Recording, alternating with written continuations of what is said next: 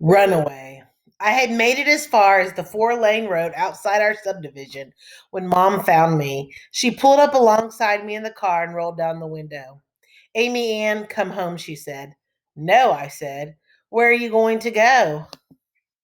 To Rebecca's house, I told her, even though I'd just thought of it and didn't know how to get there. All I really wanted to do was get as far away from my house as I could. A car honked at Mom for sitting in the right lane, and she drove ahead and pulled into the next driveway. She got out and was standing next to the car when I walked up. She and her car were blocking my way. Your little sister is a mess, Mom says. She thinks you're never coming back. Good, I told her. I'm not. They didn't mean it, Mom said. They didn't know what they were doing, either of them. They didn't ruin your papers on purpose. But they did. They ruined everything and they never get into trouble for it. It's not fair. I could feel myself starting to cry again and I hiccuped a sob. Mom bent down. Come here, she said, and she pulled me into her arms and I cried onto her shoulder. I wish you hadn't stomped and yelled, but you're right. You do make a lot of allowances for your sister. Your dad and I appreciate it, but sometimes we forget and take it for granted. We're sorry too. I'm sorry I said I hate you, I told her. I don't hate you. I know, sweetheart. I know. Will you come home? I sobbed again. I didn't want to give up, but I didn't really know what I was going to do or how I was going to live without my family and my home. Running away was so easy for Claudia and Jamie, but they were characters in a book, not real like me. I nodded into her shoulders. At home, Angelica and Alexis and the dogs practically knocked me down at the door. Angelica and Alexis threw their arms around me and hugged me tight. I'm sorry I moved your box without asking, Alexis said.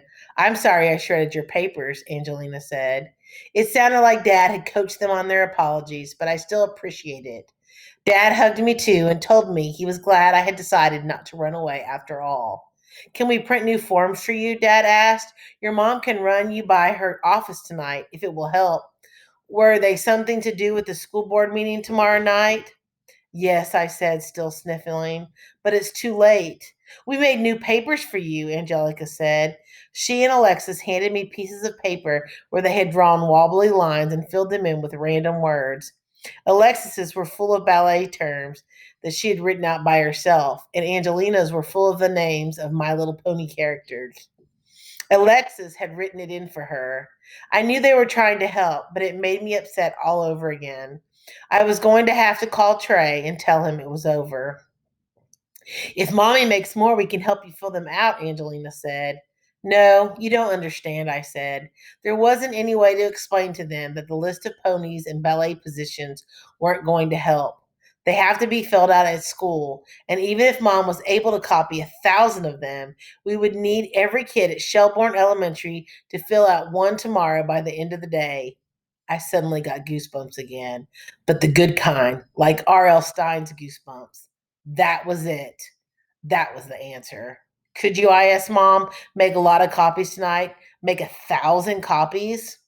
Well, yes, Mom said. We can go right now. Angelina and Alexis started jumping up and down, sending my excitement, and the dogs yipped happily. Okay, okay, let me print one up from the online and we can go, I said. No, wait. I need to make a phone call first. I ran to the kitchen and called Trey to tell him what happened. She shredded every single one of them, Trey said. He forgot he was supposed to be quiet so his mom didn't hear. She shredded every single one of them, he whispered. But we needed those for tomorrow's school board meeting. The four of us can't fill out all those again in time, and by next month it will be too late. There won't be any TV crews there next time. Nobody will care by then. I know, I told him, which is why we're going to get everybody in school to help us fill them back out. How? Trey asked. We could only fill those out when we were in the library. Even if we got library passes, we'd have to be in the class the rest of the day, which is why we're going to run away from school, I said, butterflies flittering in my stomach, like Claudia and Jamie in From the Mixed Up Files. Play hooky from school, Trey asked an excited whisper. And go where? I laughed. Where I always run away to, I told him. The bathroom. Malaria from watermelons. Trey and I explained everything to Danny and Rebecca on the bus, and we hid behind them as we came into school the next morning, making sure no teacher saw us before we slipped into the bathrooms. The girls' bathroom was for me, the boys' bathroom was for Trey. I scurried into the last stall, hung my backpack on the hook, and locked myself in. My day of playing hooky from school at school had begun. And from the mixed up files of Miss Basil E. Frankwaller, Claudia and James leave their band instrument at home and pack all their clothes and money and toothbrushes and things they'll need when they run away in their empty instrument cases. I wasn't in the band, and neither was Trey, so we couldn't do the same thing, but we weren't staying overnight anyways. All I had backed in my backpack was a huge pile of requests for reconsideration forms my parent had printed off for me the night before, and enough stacks to make it through the entire day. The first bell rang, and I felt the first pangs of guilt for breaking the rules. When the second bell rang, the one that said I was now officially late to class, I actually shook, afraid that at any moment Detective Bansky Weska was going to come into the girls' bathroom with a sniffer dog and discover me. The door to the bathroom opened, and I lifted my leg up and held my breath. What if Principal Bansky Weska came to look for me? But wait, did that mean I should put my feet down so I look like a regular girl going to the bathroom? Maybe I should rattle the toilet paper around and flush the toilet. No, then she expect me to come out of the stall. Amy Ann, are you in there? Somebody whispered. I recognized the voice right away. It was Jana Park, the girl who called me AA. Here, I whispered, opening the stall door and peeking outside. Jana had every one of the Little House on the Prairie books stacked up in her arms. Whoa, I said. You even checked out doubles that they had on the shelf. Rebecca said to, Jana told me. She said if we didn't, we might accidentally double up, and we didn't have time for that. Rebecca's so smart.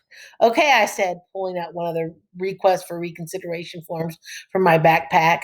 Now I just need you to fill out a form for each book before you go back to class. Jana began to fill out the first form. But what do I say? There's nothing bad about the Little House on the Prairie. She was right. But no, that was the truth about all the books. I had to think like Miss Spencer. Better, I had to think like Rebecca. They get malaria in that one, I said. That's scary, right? And the settlers think it's because they ate bad watermelon, but that's not how you get malaria. That's deliberately misleading. That can make a kid think you get malaria from watermelons. Jana giggled and wrote it down. This was the plan. We were going to do exactly what Miss Spencer had done when she wanted to ban books, but didn't want to wait for the school board to say yes. We were going to check out as many books in the library as we could and then turn in requests for reconsideration forms for them all tonight at the school board meeting. Rebecca and Danny stayed on the outside, slipping notes into everyone's lockers that told them to check out books and bring them to me in the girls' bathroom and Trey in the boys' bathroom. That's why we were playing hooky from school, so we could be here all day to help them fill out the request for reconsideration forms for all the books. Even if half the kids at Shelbourne Elementary did it, we'd have hundreds of books banned by the end of the day. The door opened, and a third grader I didn't know came in with a stack of Banicula books. Is this where I go to ban books? She asked. Right this way, I told her. Let me get you a form.